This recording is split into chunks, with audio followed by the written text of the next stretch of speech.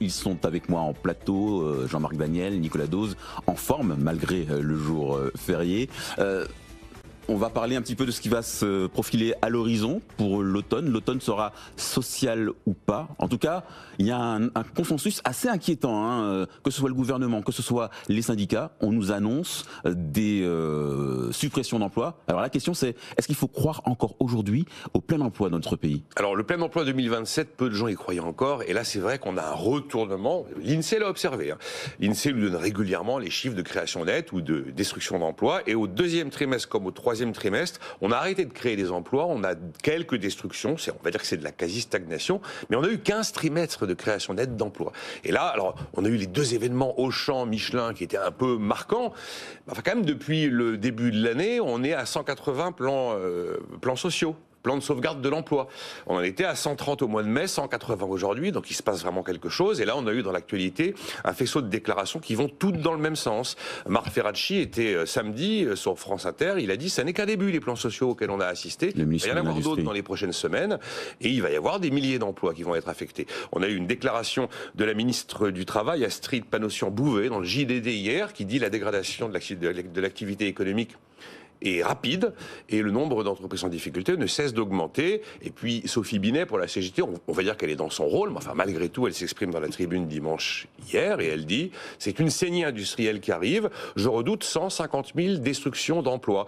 Et si je reprends les chiffres de l'OFCE qui est le premier organisme à avoir essayé de faire une estimation des effets récessifs du budget 2025, ils annonçaient qu'ils s'attendaient à 143 000 destructions d'emplois en 2025 et un taux de chômage qui remonte à 8%. Et maintenant, l'INSEE est aussi sur l'idée qu'on a un taux de chômage qui remonte à 8%.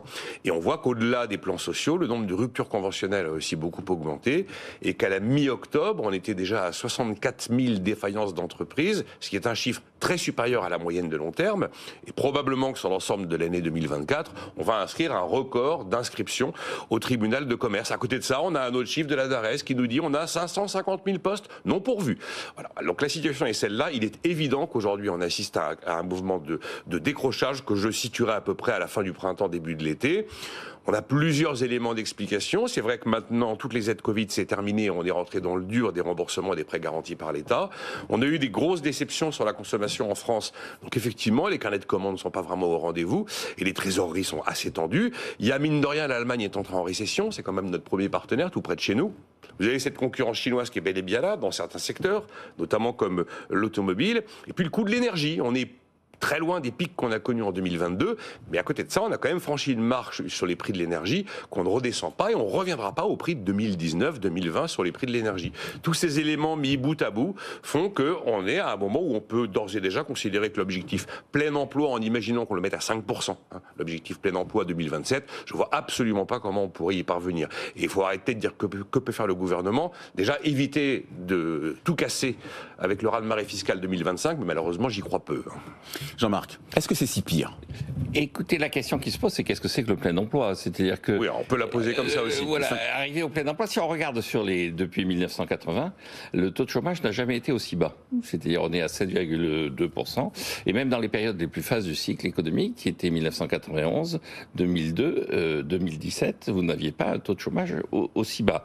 Je rappelle quand même, en 91, on était descendu à 7,9%, en 2002 à 7,8%, et en 2008, avant la grande récession de 2009-2010, on était descendu juste au 7,2% que nous connaissons. Donc la question qui se pose, c'est est-ce que le taux de chômage n'est pas structurellement aux alentours de 7% en cas de plein emploi? Est-ce que toutes les réformes qui ont été faites jusqu'à présent ont véritablement permis de baisser ce taux de chômage au moment où on est dans la phase la plus favorable du cycle? Alors justement, sur le cycle, vous savez, c'est un de mes dadas, le cycle, on en est où sur le cycle? Alors ce qui est intéressant, c'est que l'OCDE tient un indicateur de position dans le cycle. Et donc sur les pays du G20, il n'y a que 2 pays qui sont en situation de baisse de leur position dans le cycle. C'est-à-dire tous les pays voient leur situation s'améliorer dans le G20, sauf la France et la Chine. Et donc, et alors, il y a un pays qui n'est pas dans le G20, mais qui est un pays qui est un peu dans la situation analogue, qui est l'Espagne, alors que l'Espagne est en train de se poser des questions sur le rebond. On parle d'un rebond, mais il y a eu les événements. Bon, mais et donc, dans ces 2 pays qui sont la France et la Chine, ce que l'indicateur avancée annonce effectivement que la situation de l'emploi va se détériorer dans ces deux pays, alors qu'elle va plutôt s'améliorer dans les autres pays. Et la dernière remarque que je ferai, c'est qu'à moyen et long terme, il y a un pays qui est en train de redresser de façon spectaculaire sa situation du chômage, c'est l'Italie. Le taux de chômage est à 6,2%. Sauf que la façon de redresser la situation n'est pas forcément une façon très enthousiasmante. C'est-à-dire ? La population active diminue, il y a de moins en moins de chômeurs parce qu'il y a de moins en moins d'habitants. C'est-à-dire que l'Italie a perdu un nombre colossal d'habitants, il y a moins de 60 millions d'Italiens. Et donc effectivement, non pas à l'horizon 2027, mais assez vite, en France, à l'horizon 2030-2035, on va avoir un taux de chômage qui va baisser parce que la population active va baisser et parce que effectivement, le nombre de gens potentiellement à mettre au travail étant moins nombreux, le taux de chômage va baisser. J'entends bien le point de Jean-Marc sur qu'est-ce que le chômage, qu'est-ce que le plein emploi. Évidemment, c'est ça la bonne question. Et est-ce qu'en France, parce que généralement, quand on regarde les pays qui nous ressemblent, le plein emploi, on l'entend plutôt à 4,5, 5, quelquefois un peu moins. Et si le plein emploi à la française, c'est 7,3 ou 7,2, ça veut dire qu'on est vraiment un cas particulier quand même. Parce que moi, je connais aucun autre pays avancé, nous ressemblant, où on considère qu'à 7,5, on est au plein emploi. Alors effectivement, le chômage structurel français est-il 7,2 ? Est-ce qu'il est impossible d'aller en dessous ? Parce que ça s'appelle le plein emploi chez nous. C'est pas très enthousiasmant non plus, en fait. Je trouve. Non, entre le fait que effectivement les réformes portent assez peu le fruit et que de toute façon on va vieillir, c'est deux perspectives assez peu enthousiasmantes. Merci pour ce... C'est sympa pour le Merci, ouais, c'est bien. Merci pour ce début de semaine.